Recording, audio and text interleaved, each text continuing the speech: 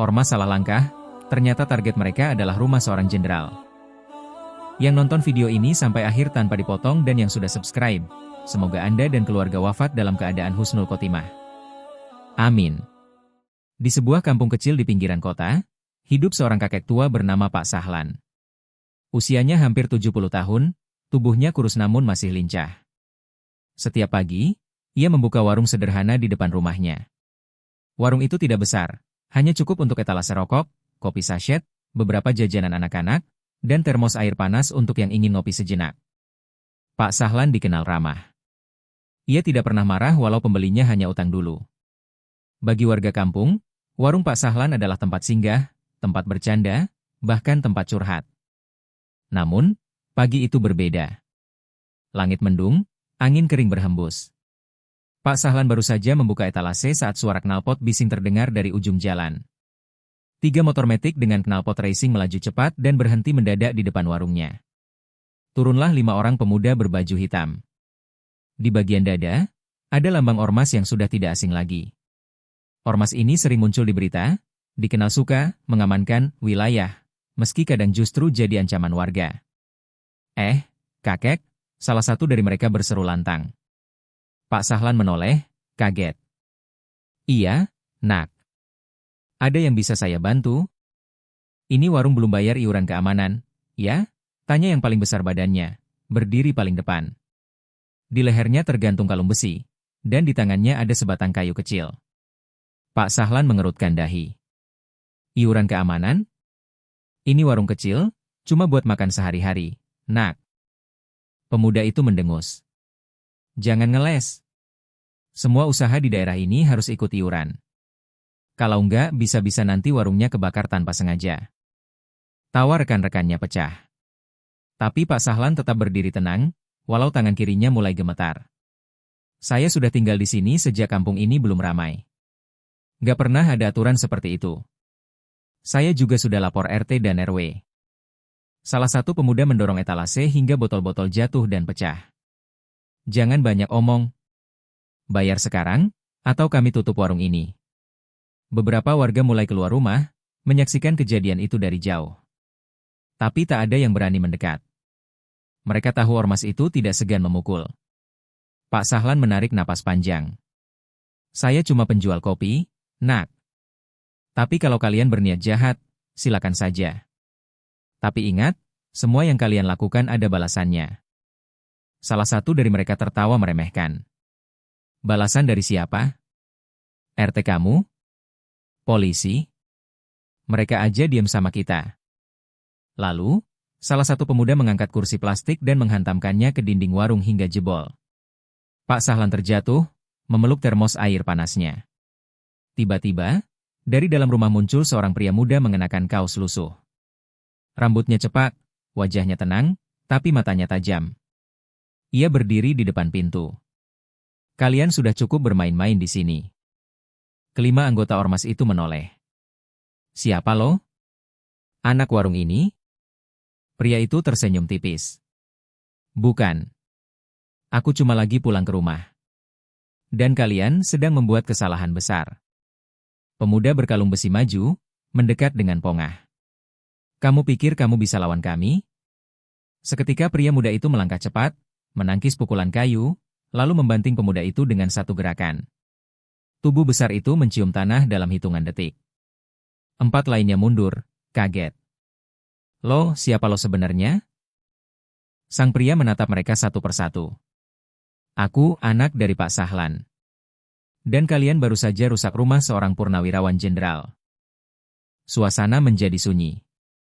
Keempat anggota ormas itu terdiam, tubuh mereka menegang. Rekan mereka yang terbesar kini tergeletak di tanah, mengerang sambil memegangi punggung. Warga kampung yang sejak tadi mengintip dari balik pagar mulai keluar, tapi masih menjaga jarak. Pemuda berambut cepat itu melangkah pelan menuju etalase warung yang rusak. Ia membantu Pak Sahlan berdiri, lalu mengambil pecahan botol dan mengumpulkannya ke satu sisi.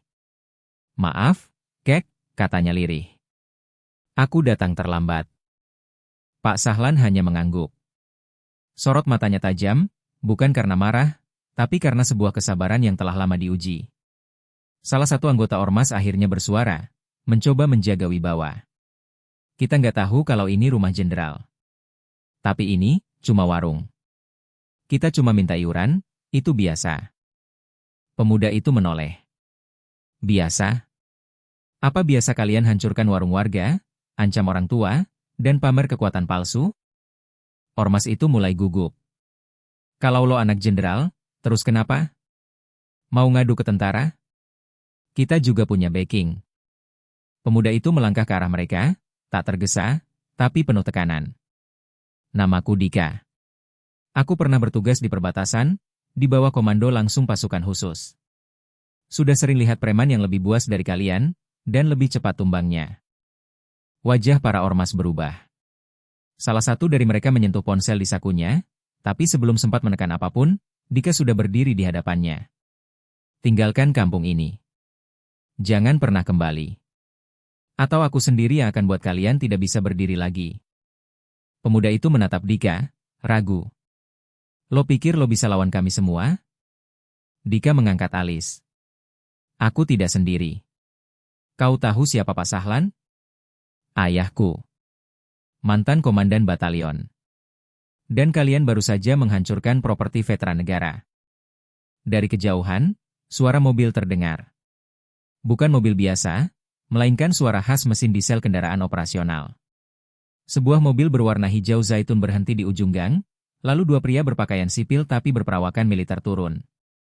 Salah satu dari mereka berjalan cepat mendekati Dika. Lapor, kami menerima panggilan dari Pak Sahlan tadi pagi. Kami siap mengamankan wilayah. Ormas itu mulai panik. Dika menatap mereka lagi. Masih mau adu kuat? Mereka saling pandang, lalu tanpa sepatah kata pun, keempatnya menyeret teman mereka yang tergeletak dan menaiki motor. Suara knalpot yang tadi begitu sombong kini terdengar seperti jeritan pengecut yang kabur dalam kekalahan. Begitu mereka pergi, warga mulai mendekat. Ya Allah, itu tadi. Dika, kamu anaknya Pak Sahlan toh? Seru Bu Warni, tetangga sebelah. Kirain kerja di luar negeri. Tambah Pak Agus, ketua RT. Dika hanya tersenyum kecil. Aku cuma sedang cuti.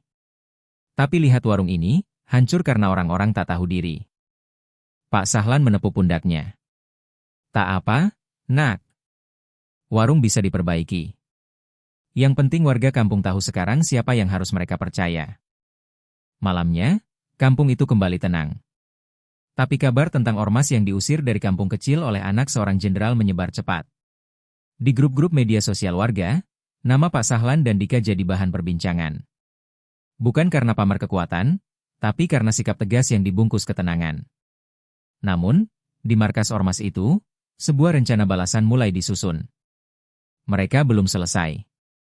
Dan Dika tahu ini belum akhir. 3 hari telah berlalu sejak insiden perusakan warung Pak Sahlan. Dika membantu memperbaiki warung kecil itu. Dengan tangannya sendiri, ia mengganti kaca etalase, mengecat ulang dinding yang retak, dan memasang CCTV kecil di sudut atap. Warga kampung kini sering mampir, bukan hanya belanja, tapi juga sekadar memberi semangat.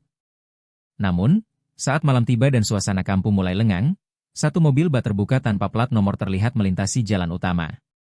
Lampunya dimatikan, berjalan pelan di antara bayangan pohon dan gang sempit. Di dalam mobil itu, duduk 7 orang berpakaian gelap. Di pangkuan mereka ada kayu, besi, dan 2 botol berisi bensin. Pemuda bertato di lengan kiri berbicara lirih, kita kasih pelajaran. Biar tahu siapa yang pegang wilayah. Rumahnya yang di pojok, kan? Tanya salah satu. Ya. Rumah si kakek. Tapi kita incar anaknya. Mereka tak sadar, sejak sore, ada mata yang mengawasi. Dika telah belajar dari pengalaman. Ia tahu, ormas seperti itu tak pernah mundur hanya karena satu kekalahan. Jam menunjukkan pukul 1.30 dini hari. Di dalam rumah, Pak Sahlan sudah tidur. Dika duduk sendiri di ruang depan, matanya tajam menatap layar ponsel yang menampilkan tampilan CCTV. Tiba-tiba, layar menangkap gerakan di luar pagar. 3 sosok muncul dari sisi kanan, 2 dari sisi kiri. Mereka merayap seperti maling, membawa sesuatu di tangan. Dika berdiri, mengambil helm hitam dari lemari dan mengenakan sarung tangan hitam. Ia membuka laci, mengambil tongkat besi pendek yang bisa diperpanjang hanya dengan satu sentakan. Lalu, ia melangkah keluar melalui pintu belakang. Tiga pemuda itu baru saja menyiramkan bensin ke pagar ketika sebuah suara terdengar dari belakang mereka. Salah waktu. Salah tempat. Dan salah orang. Mereka menoleh. Dalam gelap, hanya terlihat siluet Dika. Tapi gerakannya cepat. Dalam satu putaran, tongkat besi di tangannya menghantam lutut pemuda paling kiri. Lelaki itu tumbang, berteriak kesakitan. Yang lain mencoba melawan. Tapi Dika sudah berlatih bertahun-tahun di medan yang lebih ganas. Satu demi satu, mereka tumbang, sampai hanya dua yang tersisa dan kabur menyusuri gang. Tapi di ujung gang, mereka terhenti. Dua pria berseragam preman sudah berdiri menunggu, anggota intel dari Koramil setempat yang selama ini tak terlihat, namun terus memantau gerak-gerik kelompok ormas tersebut. Terlalu ramai malam ini, ya? Ucap salah satu dari mereka sambil mengangkat handy-talkie. Pagi harinya, warga dikejutkan dengan kabar tertangkapnya 5 orang dari kelompok ormas yang mencoba membakar rumah Pak Sahlan.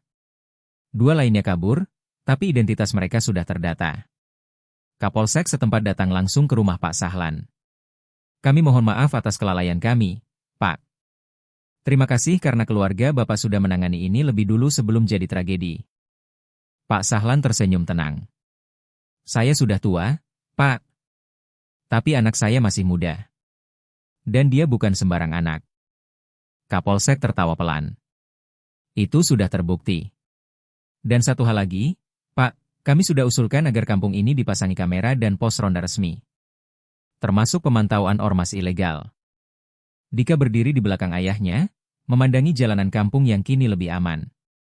Tapi jauh di kota lain, seorang pria berkumis duduk di dalam ruangan gelap. Di depannya, laporan tertulis. Gagal mengeksekusi. Korban luka. Target terlalu kuat. Anak dari jenderal. Pria itu mengusap dagunya, lalu berkata, kalau begitu, kita turunkan pemain utama. Di pusat kota, jauh dari kampung Pak Sahlan, berdiri sebuah bangunan tua yang terlihat biasa dari luar, tapi menjadi markas utama dari jaringan ormas tak resmi terbesar di wilayah itu. Mereka bukan sekadar pengganggu warung kecil, melainkan organisasi dengan jaringan luas, backing kuat, dan urusan gelap yang menyusup ke banyak lini kekuasaan. Di dalam salah satu ruangnya yang dipenuhi asap rokok dan suara denting gelas kopi, duduk seorang pria bernama Bagas. Ia bukan pemimpin ormas biasa. Dulu, ia mantan prajurit yang dipecat karena pelanggaran berat, dan sejak itu memilih jalur gelap. Wajahnya keras, dagunya penuh bekas luka. Tangannya menggenggam laporan dari anak buahnya tentang kejadian di kampung Pak Sahlan. Ia membaca, kemudian melempar kertas itu ke meja. Anak jenderal, ya, gumamnya. Berani juga dia. Seseorang di sampingnya, berpakaian semi-formal, menjawab pelan. Bukan cuma anak jenderal. Dari data yang kita dapat, namanya Dika. Pernah tugas di wilayah konflik. Punya catatan operasi khusus. Bagas tersenyum miring. Berarti bukan orang sembarangan. Tapi, tetap saja manusia. Dan manusia itu punya titik lemah. Ia berdiri, memanggil 2 orang anak buahnya. Persiapkan tim inti. Kita nggak kirim preman lagi. Kita kasih dia rasa kehilangan.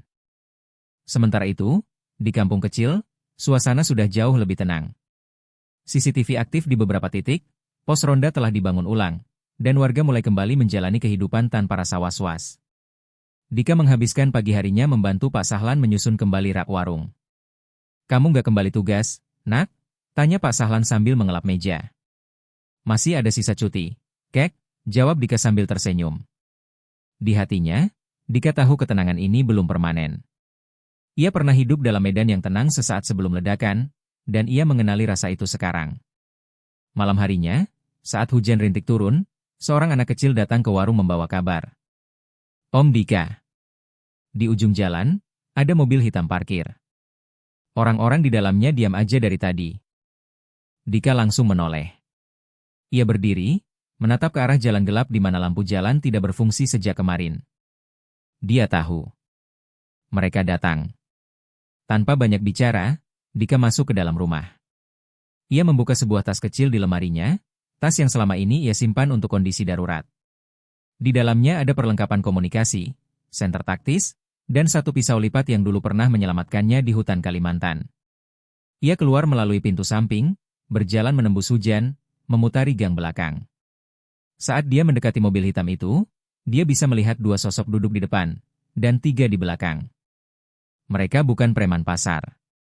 Postur mereka tegap, cara duduk mereka tenang tapi siaga. Ini bukan ormas biasa. Ini pemain utama. Dika memutar badan, melangkah cepat ke arah pos ronda.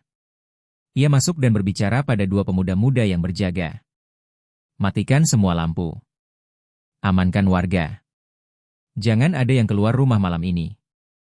Bilang ke Pak RT, ini serius. Salah satu dari mereka bertanya takut-takut. Mereka siapa, Kak? Dika menjawab pelan. Orang yang dulu pernah satu sekolah tempur dengan saya. Tapi sekarang, mereka berpihak ke uang. Pukul 2 dini hari. Hujan berhenti. Suara langkah kaki mendekati rumah Pak Sahlan. Tiga bayangan bergerak cepat, menyusup dari sisi kanan dan kiri rumah. Tapi Dika sudah menunggu. Dari balik semak, ia melompat dan menghadang satu orang yang mencoba masuk dari jendela samping. Dengan gerakan cekatan, ia menekuk tangan pria itu, membuatnya tak berdaya. Tapi saat ia hendak menundukkan dua lainnya, sebuah suara berat terdengar dari belakang. Masih cekatan seperti dulu, Dika. Dika menoleh. Bagas berdiri di sana, mengenakan jas hujan panjang, mata tajam menatapnya. Sudah lama, ya? Sayang kita ketemu dalam posisi berbeda, jawab Dika. Aku masih di jalurku. Kau yang menyimpang, tambah Dika dingin. Bagas tertawa kecil. Aku cuma realistis. Dunia ini bukan tempat untuk jadi pahlawan. Kau akan tahu rasanya kehilangan, Dika. Tiba-tiba, suara ledakan kecil terdengar dari arah warung. Dika langsung berlari. Warung Pak Sahlan terbakar. Api menjilat dinding dan meja kecil tempat Pak Sahlan biasa menyeduh kopi. Dari dalam rumah, teriakan warga mulai terdengar. Dika menahan amarahnya. Ia tahu ini bukan sekadar peringatan. Ini perang terbuka. Bagas mundur ke dalam bayangan malam sambil berkata pelan. Ini baru awal. Api di warung Pak Sahlan membesar dengan cepat, menyulut rak kayu dan atap seng yang rapuh. Dika segera mengambil ember dan membantu warga yang sudah mulai menyiramkan air seadanya. Pak Sahlan sendiri terdiam di sisi jalan, matanya berkaca-kaca. Namun bukan karena hancurnya warung. Melainkan karena ia tahu, musuh yang datang kali ini bukan preman sembarangan. Ini kelompok yang tahu cara menyakiti dengan presisi, menghancurkan hati dulu, baru fisik. Begitu api berhasil dipadamkan, warga berkumpul. Kita harus balas, teriak salah satu pemuda. Laporkan ke polisi, seru yang lain. Namun Dika angkat tangan, menenangkan semua. Tenang. Musuh kita bukan preman. Mereka bayaran. Dan polisi biasa bisa kesulitan menanganinya. Pak Sahlan melangkah maju. Untuk pertama kalinya, ia berdiri di tengah warga dengan sorot mata seorang jenderal, bukan lagi kakek penjaga warung. Saya minta semuanya kembali ke rumah. Biarkan saya dan anak saya urus ini. Dika menoleh ke ayahnya. Kek. Pak Sahlan menepuk pundaknya. Kita sudah terlalu sabar. Kali ini, biar mereka tahu siapa yang mereka ganggu. Esok paginya, Pak Sahlan menelpon seseorang. Percakapannya singkat, hanya menyebutkan kode lama dari masa dinas militer. Langit merah. Siaga 1. Perlu intervensi khusus. Ancaman terkonfirmasi. 3 jam kemudian, sebuah mobil dinas hijau tua berhenti di depan rumah. Keluar dari dalamnya 2 pria berpakaian sipil, satu diantaranya berpangkat kolonel. Siap mendampingi operasi, Jenderal, kata mereka. Pak Sahlan mengangguk. Saya tidak memerintah kalian. Tapi saya mohon bantu anak saya. Dia yang jadi sasaran. Kolonel itu menatap Dika. Kami sudah dengar semua.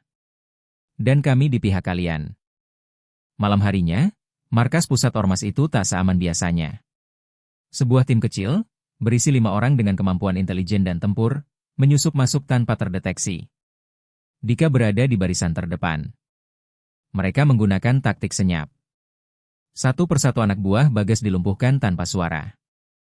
Hingga akhirnya, Dika berdiri di depan ruangan Bagas. Pintu dibuka perlahan. Bagas sedang duduk, minum kopi. "Cepat juga kau sampai sini," katanya. "Kau salah langkah, Gas," kata Dika tenang. "Yang salah itu sistem yang memaksa orang macam aku memilih jalan ini." "Dan kau pilih jadi sampah," sahut Dika, lalu melemparkan lencana bekas yang dulu pernah mereka kenakan saat latihan militer bersama. "Dulu kita sama," lanjut Dika, "tapi aku memilih tetap membela rakyat. Kau memilih membakar mereka." Bagas berdiri, menendang meja, dan menyerang. Tapi Dika sudah siap. Pertarungan sengit terjadi. Meja pecah, kaca berserakan, darah mengalir dari pelipis Dika. Namun akhirnya, dengan satu gerakan cepat, Dika mengunci tubuh Bagas dan menjatuhkannya ke lantai. Bagas tak bisa bergerak. "Habisi aku kalau kau jantan," teriaknya. Dika mendekat, berbisik. "Jantan itu bukan soal membunuh, tapi soal menjaga mereka yang tak bisa melawan. Kau sudah lupa arti itu." Bagas dan anak buahnya diserahkan langsung ke pihak militer. Kasus ini diselidiki lebih dalam, dan terbongkar jaringan luas yang melibatkan ormas-ormas bayangan di beberapa kota. Kampung tempat tinggal Pak Sahlan mendapat perlindungan resmi. Warung dibangun kembali oleh gotong royong warga dan bantuan dari veteran militer. Bahkan nama jalan kecil di depan rumah Pak Sahlan diubah menjadi Jalan Veteran Sahlan. Warga kini tidak hanya melihat Pak Sahlan sebagai penjaga warung, tapi simbol keteguhan dan kehormatan. Hikmah. Kisah ini menjadi pengingat bahwa kesabaran ada batasnya, dan kebenaran pada akhirnya akan menang. Dalam Al-Quran, Allah berfirman, "Dan janganlah kamu merasa lemah, dan jangan pula bersedih hati, padahal kamulah orang-orang yang paling tinggi derajatnya, jika kamu orang-orang yang beriman." Qs. Ali Imran, 139. Ketegasan tak selalu harus dengan kekerasan. Tapi ketika ancaman datang, iman dan keberanian harus berdiri di depan. Terima kasih sudah menyimak kisah ini. Kalau kamu suka ceritanya, jangan lupa untuk like, komen, dan subscribe agar bisa terus mengikuti kisah-kisah inspiratif dan menegangkan lainnya. Sampai jumpa di cerita berikutnya.